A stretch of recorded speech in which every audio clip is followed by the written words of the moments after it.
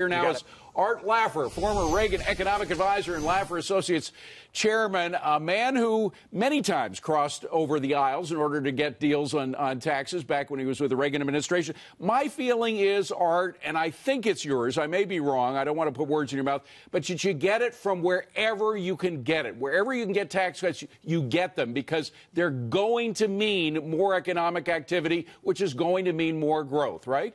Exactly. I mean, the real big hit, though, David, I mean, really the big one is, and I'm so proud of Trump and Mnuchin for sticking to the 15%. That is the big kicker to really get this economy going. And all the other stuff of whether they do a deductions, exclusion, or the top get this, that, if you get the 15%, you will get a boom. Well, one of the concerns that some people have put out is that, hey, people don't like it. Democrats don't like it when rich people get tax cuts, but when they do, they invest that money. It's good for the economy. We heard the president say it, but for many people inside the administration, they say, look, if you lower rates on the rich, take away their deductions, they may end up paying more, but that would mean the money that they're now paying accountants for their tax dodges in the Cayman Islands will go towards investment, and that's good for the economy. Yeah. Let me just say this very clearly, David. Every time we've had major tax rate reductions on the rich, they have paid more in taxes as a share of GDP, and that GDP is high.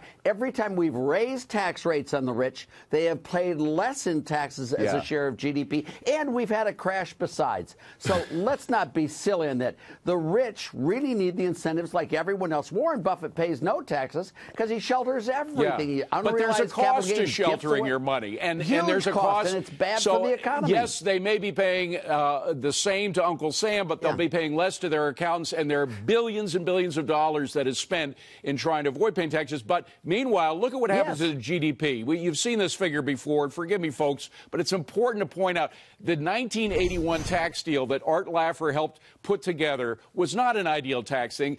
Reagan worked with a lot of Democrats who wanted higher taxes, but it got through. And look what happened. Immediately when the tax cuts kicked in 1983, the GDP went up to 4.6%. The next year, 84, 7.3%. And it was never below 3.5% every year of the Reagan administration. If you look at it from end of year to middle of year 1984, the GDP grew in that 18-month period by 12%. Right. You've got it right there. 12% in a year and a half. That is an 8% annualized growth rate. That solves lots of problems, David. Let me tell you, it makes the Democrats Republicans. For those people who think that Republicans would be the tax cuts' best friend, they should remember that Republicans are sticking the muds about these things being revenue neutral. I know, isn't that stupid? And actually, just stupid? One person who seems to know that very well is our Treasury Secretary, Steve Mnuchin, who said so on Fox News Sunday about a week ago. Let's play that tape.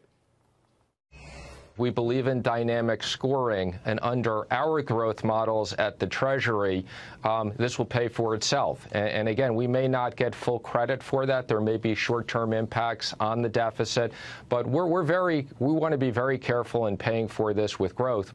Paying for it with growth. That's something that the people who think about dynamic scoring, which means essentially you just look at the numbers and not the real effect of a tax cut on the economy, got wrong.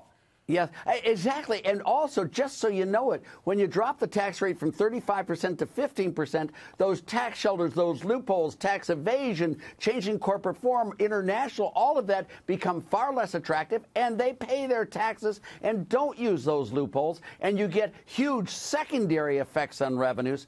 And so my estimate is that if you cut the corporate rate from 35 to 15%, that would bring in additional revenues by about $1.6 trillion over the next decade. $1.6 trillion because you look at behavioral things as well as economic growth. Right. And these other models don't do that, David. They just don't. And I'm sure Mnuchin's model at the Treasury does do that because they understand this. You know, I see why Ronald Reagan loved you so much. He really must have loved you tremendously. He and I got along very well. Not any better than you and I do, though. All right, Art. Thank you very much. Well, someday we'll run the administration. Thank you, Art. Good to see you. Thank you, sir.